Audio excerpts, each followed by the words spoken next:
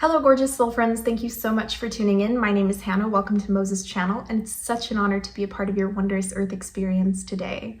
So I want to make this video because I've seen a couple of comments here and there spreading fear around tarot and around, things like witchcraft and occultism and all of that stuff. I want to give people a proper understanding, especially those of you who are new to this community, so that you don't take this misinformation to heart, because a lot of the negative comments that I've seen around the tarot are riddled with misinformation. So I really don't want a lot of you to take that to heart and then become scared and afraid and enter this space with that fear, because it's just setting you up for a plethora of problems. Because as many of us know, fear can be a disease of the mind if you're not careful about mitigating it. And I know that all of us here are from varying religions and backgrounds and upbringings, and it's quite beautiful, right? Like, it's beautiful that we can come here and collaborate. We can come to this unified space and share our experiences and inspire one another and build each other up. It's so wonderful. But in that same sentiment, this is not a place where we can use those backgrounds and those varying perceptions to tear each other down. Okay, and to tell each other that one's experience is wrong or evil, that is wrong. That's not why we're here. We're here to inspire each other. We're here to grow. We're here to inspire ourselves and expand our perceptions, expand our awareness. So I've spent the past 11 years of my life studying various religions and philosophies and schools of thought. And, the conclusion that I've come to is that these religions are really not as different as they appear to be. They're all just languages for explaining the same base concepts, like different colored glasses. Okay, when you put on red glasses, you see the world red. The world is still the same, nothing has changed. The truth never changes.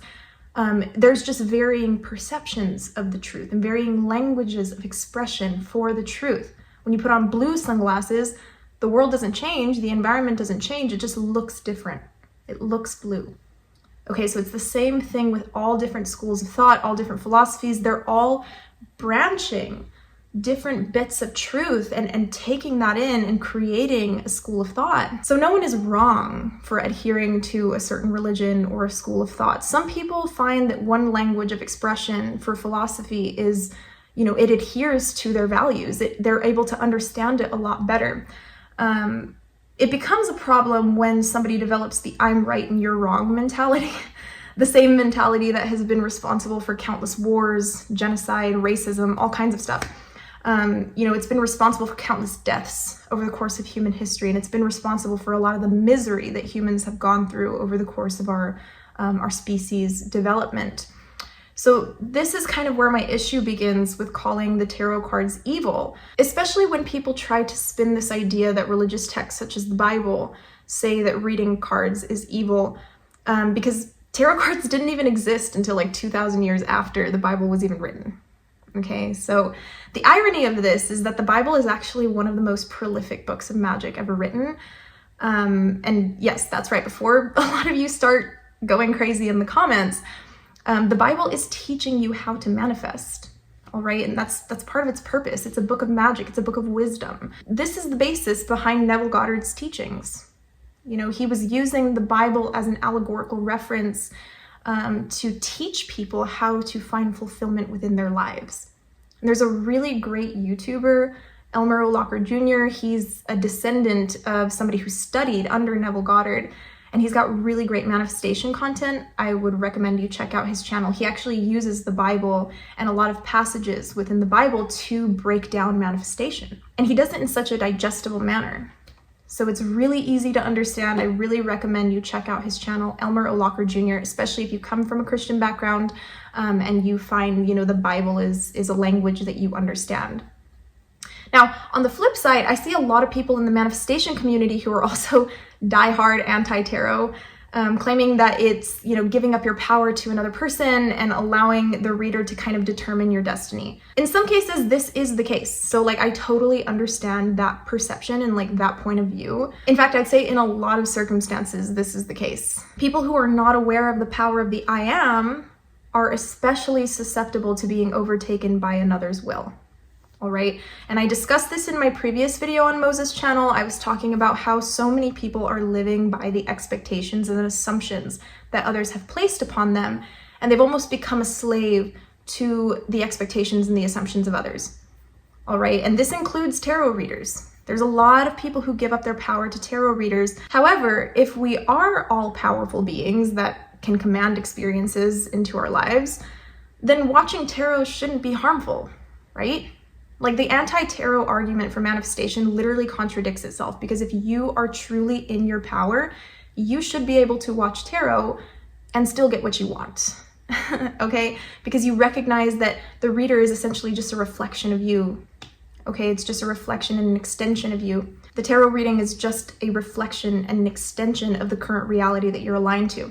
Now, I do believe that a lot of tarot readers don't truly understand the multidimensional nature of our universe, okay? They aren't actively letting people know that, you know, hey, this is just the beliefs you're currently aligning to. Here's how we can shift them if necessary. Okay, they kind of read as if that's the only reality that'll play out. So then people believe it, you know, and it just becomes this perpetuating cycle of people who are giving up their power to others. Because the tarot card readings you see on YouTube are based more on probable outcomes than they are on a singular outcome. All right, tarot is really just predicting potential realities, potential outcomes based on the thoughts, assumptions, actions, and beliefs that you hold within the present moment. But those can change, those can shift, so therefore the outcome can always shift. They're really just a tool. They're a tool to help you get into alignment. And they are, in fact, a great tool for manifestation, if used correctly. Okay, that's all the tarot is. It's just a tool for navigating through the human experience. All right, it's not the end all be all, and it becomes dangerous when you give your power up willingly to random strangers on the internet. But that is a choice that the person who is engaging in the tarot reading makes, especially when they are not aware of the power of the I am. But when it's used in harmony, it can aid in making decisions, improving relationships, developing a sense of self-worth. It can be a very powerful healing modality, all right? It truly is meant to be a healing art. And, you know, it's supposed to kind of shed light on things that you may not be seeing, things that could be hindering you from manifesting, things that could be hindering you from living the life that you desire to experience. Because a lot of people are caught up in unconscious cycles that they don't even recognize. They become a slave to their life path. They become a slave to their karma. So tarot helps you kind of transcend your karma so that you can become a clear vessel for manifesting what you want. So tarot can shed light on things that may be impacting your life and limiting you. And it can be a fantastic healing tool to help you gain deeper understanding into situations in order for you to make peace with them. Because the state of being at peace and feeling a sense of security is the most ideal state for optimal manifestation. So tarot cards bring you peace of mind, and peace of mind is what brings you your manifestation. All right, and that's not the case for everybody. Some people do not, they get fulfillment without watching tarot. And that's fine. If you don't feel called to watch tarot readings, that's fine. But some people do. Some people feel called to get a little bit of extra clarification. And there's nothing wrong with that, all right? It doesn't make you any worse at manifesting. It doesn't make you any lesser. It doesn't make you a novice manifester. Like, you can be a master of manifestation and still watch tarot card readings and still read your own cards. You may feel less and less called to do so as you get better and better at manifesting, as you become more fine-tuned to the manifestation process. But tarot does not hinder you unless you let it, because we're living in a holographic reality that is fluid at its core, meaning the tarot is not something that's set in stone unless you make it. Tarot works by telling the reader a story in symbol format, and symbolism is what you could call the language of the divine. And when you learn it, as you do with any other language learning, you open up new neural pathways. So learning the language of symbolism, especially through tarot cards, can literally open up psychic pathways. It makes you more psychic when you learn how to interpret the language of symbolism, because it's literally the language of God. So learning card reading and learning the language of symbolism makes you more psychic and more intelligent in other areas of your life. Just like learning any other language improves your intelligence. Okay? When you open yourself up to understanding the language of God, God begins to speak to you. And anytime I refer to God on this channel, I'm never referring to an external entity. Okay? I'm referring to the God force that is present within all sentient beings. The God force that animates you, that animates me, that connects all of us. All right? The God force that takes on the form of different gods and goddesses throughout history, just as it's taking on the form of you and I.